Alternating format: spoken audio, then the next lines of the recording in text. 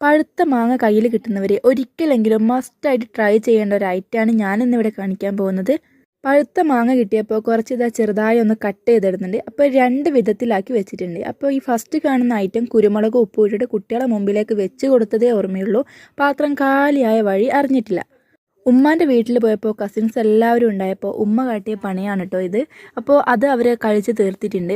ബാക്കി വന്ന തോല് കളഞ്ഞ ഈ ഒരു മാങ്ങ കൊണ്ടാണ് നമ്മുടെ ഐറ്റം ഉണ്ടാക്കുന്നത്. അപ്പോൾ അതിന് വേണ്ടിയിട്ട് ഒരു പാൻ വെച്ച് അതിലേക്ക് കുറച്ച് വെളിച്ചെണ്ണ ഒഴിച്ച് കടുകിട്ട് പൊട്ടിച്ചിട്ടുണ്ട്.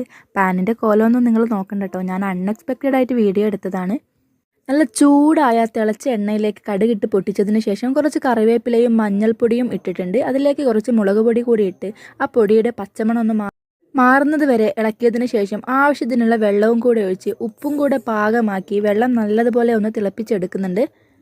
നന്നായി തിളച്ച് വരുന്ന വെള്ളത്തിലേക്ക് നമ്മൾ എടുത്തു വെച്ചിട്ടുള്ള ആ മാങ്ങ കൂടെ